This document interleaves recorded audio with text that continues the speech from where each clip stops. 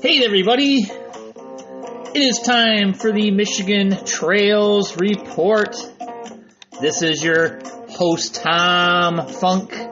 Thanks for joining me today. It is the first week of October 2023, and I don't want anybody to think that the hiking season is almost over with or anything like that. So we're back to having a regular trails report, and I'll be doing these monthly through the off season. And during the other weeks, just various content, like I'll be sharing with you my 50 hikes in Michigan's Upper Peninsula, chapters out of that book, and also 50 hikes on the North Country Trail, and other fun things as well. All right, so I hope everybody got out and did a little hiking last week. The weather's been pretty good.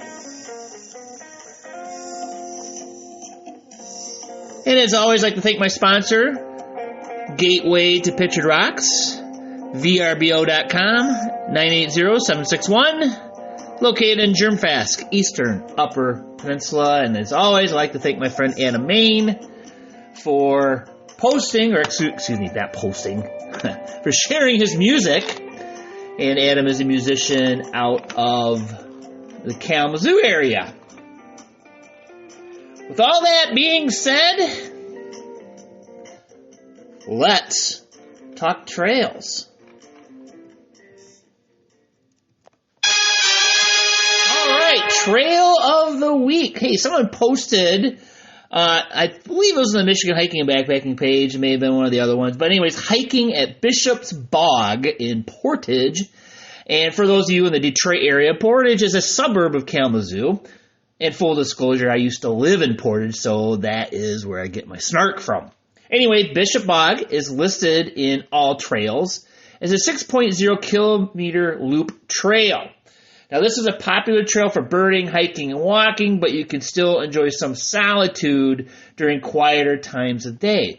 The trail is open year-round, and frankly, I think it's beautiful to visit even anytime, even in the middle of winter. Dogs are welcome, but they must be on a leash, and there's a good reason why. You'll find out here in a minute. Anyways, this used to be a loop that incorporated the bog and then neighborhood sidewalks and bike paths. And this is what you'll see when you visit the AllTrails site. However, start at the ball fields, work your way south, and there will be an intersection on your right, and then you're going to turn right onto a magnificently built boardwalk that leads you to the other side of the bog.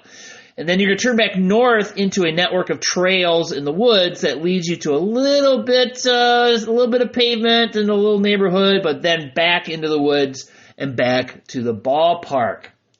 It's important to note that the first few hundred yards will weed out the weakest stomach and those that can't keep their dogs on a leash, as the first part of the trail is actually on a floating boardwalk that sinks into the moss and bog as you walk. So if there's been a lot of rain, a lot of water, there's going to be water over the boardwalk, and it's not going to look very tempting to hike. So the strategy here is to walk quickly if you don't want your feet to get very wet. Otherwise, taking it all in, get your feet wet. Look at the interesting bog plants like the leatherleaf, sheet laurel, and pitcher plant. And to find the trailhead, take I-94 into Portage and take the Westfinch exit, head south, and look for South Westfinch Park, which will be south of Center Avenue. So the weather still has been kind of freaky. We've still been having some reports of trail issues. It's mostly trees down and things like that.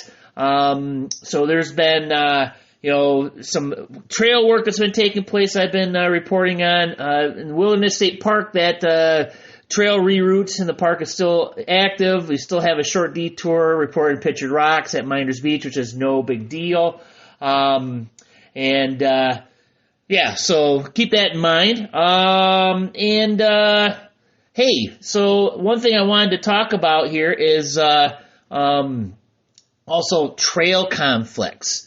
And when we talk about trail conflicts, yeah, we get a little upset, don't we? So there was a posting by Bo Swanson, and I'll mention him in a little bit further on in the podcast. He mentioned how awful the North Country Trail was between Curly Lewis Road and Tequamanon Falls State Park at M123, how muddy and how awful it was. Well, we have a trail conflict going on. Basically, sections of the trail southeast of Silver Creek, they are very muddy and swampy due to illegal ORV use. So be prepared to get your feet wet if you're hiking in that area. And the local chapter is looking into options to improve this area. I had mentioned AllTrails a little earlier. Hey, I just want to say that you guys have probably heard it in the tone of my voice, and I've mentioned before, I am not a big fan of AllTrails. You can tell it's not my favorite or go-to source for information on hiking trails. And I recently posted an article on the Facebook page about, how another person feels about AllTrails, and I pretty much agree with them. I'll summarize some of his points here. And the author is Adam Thompson, and he wrote, the first problem is there's inaccurate information. So when you're on AllTrails, get the information, take it with a grain of salt, but check with the land manager, go to their website, call them, get the information straight from the source. Another problem is there's unofficial trails. Anybody can put any trail they want in there, and you'll see social trails, you'll see people that are jogging, you'll see people that take their kids in strollers, a gob of unofficial trails in there. So don't take those as gospel truth when you're thinking of hiking a trail. That leads to negative ecological impacts in sensitive areas because some of these trails are social trails, and it takes you off the beaten path and sometimes into sensitive areas. So he says that the best thing it has going for it is that it allows you to download maps for offline use.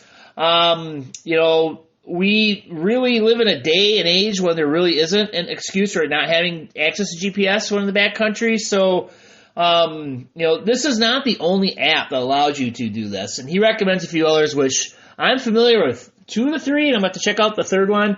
Gaia GPS is a very popular app to use. Avenza Maps, those have been vetted, and Ground Truth. And the new one I haven't heard of is Backcountry Navigator. So go to the article if you know anything about Backcountry Navigator. Put some comments in there if you're using it. So, and for entertainment value, just go on into Google and Google AllTrails Suck, and you'll see a bunch of people telling you what they think about AllTrails.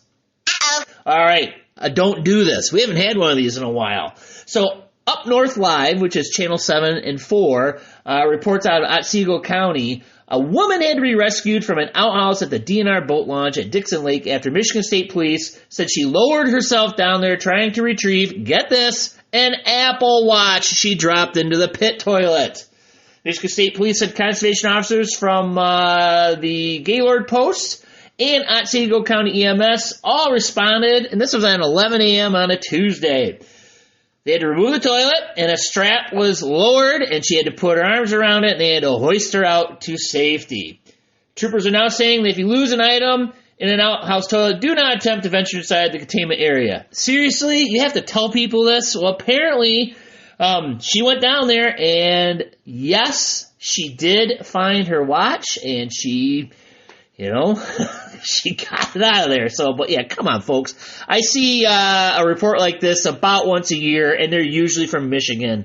Some knucklehead going down in there to retrieve something or doing other less than legal things. So there you go. There's our don't do this, and hopefully we won't have one of these for a while.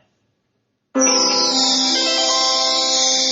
right, I've mentioned both of these folks before for our trail trash or hiker trash, and I mentioned Mike Trailhawk Dunn way back when, I think maybe in February. He was, I think, the first person to hit the North Country Trail 100 miler for the year. He is now hiking from Mackinac Bridge down to what I believe is US 10. He just got underway in Mackinac City. The other is Bo Swanson. Bo is hiking from St. Ignace to Ironwood. He's about a month in. He's currently west of the Marquette area. I think he's now just about ready to enter the Ottawa National Forest. So let's wish these guys well. You may see please on the North Country Trail Angels page. Bo was having quite a few requests early on, but now he seems to, he has figured out, hey, if I hitch to a road, I can hitch into town and they can bring me back and I can start my hike again. So that's the strategy he's using. I haven't seen Mike put a request out there yet.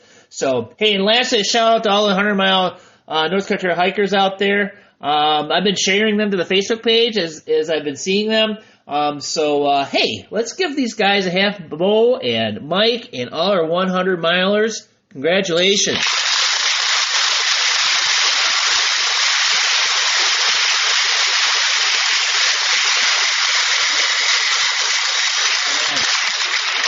Moving on. All right, trail calendar.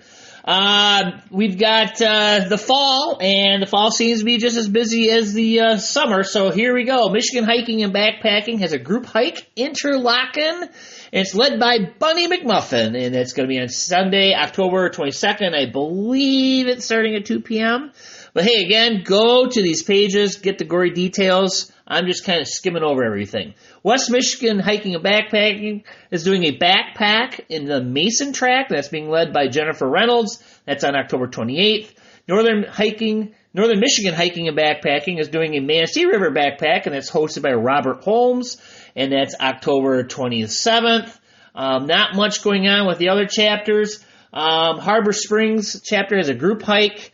That's going to be on October the 14th, 10 to 1. They're going to hike Section 7 north towards Lakeview Road, 2.8 miles out, one way, hike out and back, or however you want to do it. The Jordan 45 chapter has a volunteer appreciation hike, and that is on October the 14th, 9:30 a.m., and that's going to be from Springvale Road to Thumb Lake. Spear of the Woods has their October hike on October the 7th. Let's see. West Michigan chapter has a chapter hike in Newaygo County. They're going to meet where the trail crosses Centerline Road, and that's going to be on October the 14th, 10 to 2 p.m. Chief Noonday has two events. They have a poker hike, and that's going to be on October 22nd at 1 p.m., and that's going to be on the Albion River Trail, and they're going to play poker while they hike.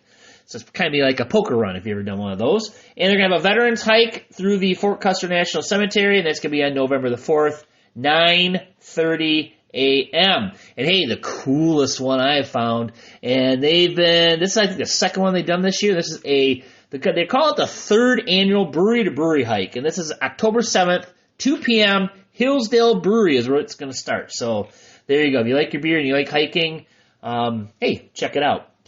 And I think I'll start mentioning next year's events. It's been a while. Quiet Adventure Symposium, March the 2nd, Michigan State University. Outdoorama, February 22nd through the 25th at the Novi Expo Center, also called the Suburban Collection Showplace. And Canoecopia is March 8th through the 10th in Madison, Wisconsin.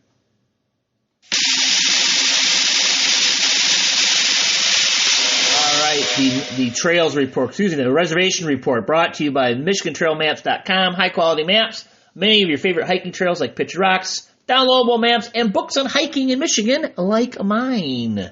MichiganTrailMaps.com. Hey, Pictured Rocks season is almost done. I mean, you can hike there if you want December, but I've seen a substantial drop-off coming after the second week of October. The reservation system is still open. 2024 reservations due to start 10 a.m. January the 1st. I'll keep my eye on that date because they may move it to the 2nd. Grand Island. So if you go to the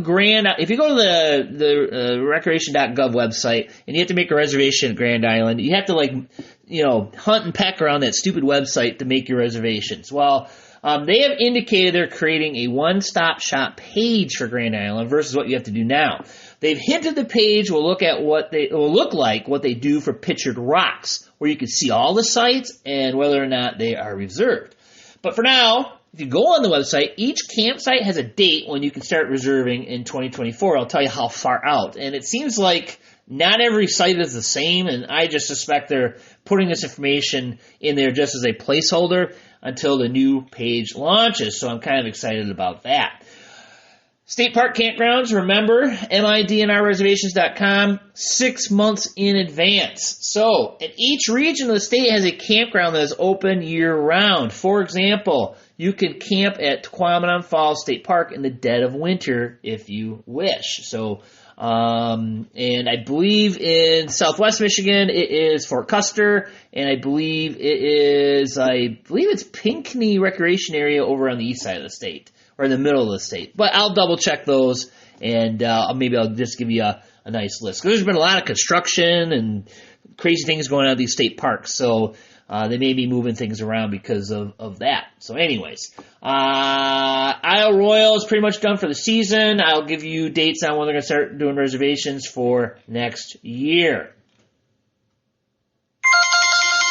All right. Hey, I created a one-stop shop webpage for all the various crazy stuff that I've got going on, all the social media stuff, the YouTube page. So, hey, no more looking for a pen that works. You just need to remember one thing, and that is TomFunk.net. That's all you got to do. Isn't that easy? I think so. So do that, and, check out what's going on. I got a lot of cool stuff happening. So, hey, the music means we're getting to the end. So the thing you need to do right now is click the follow button. If you're new, please click the follow button. And if you don't, I am going to give you the wrong dates for, Canoecopia. There you go. So keep in mind, if you subscribe, you get the podcast the moment it's released versus me posting on social media when I get around to it, and I'm kind of a busy guy right now. Again, thank you to our sponsor, Gateway to Pictured Rocks. And quote to end of the show: anything that gets you out, that gets you physically active, is going to be good psychotherapy and stave off winter problems. John Krakauer. Great quote going into winter. Thanks for joining us. Thank you very much. See you next week on the Michigan Trails Report.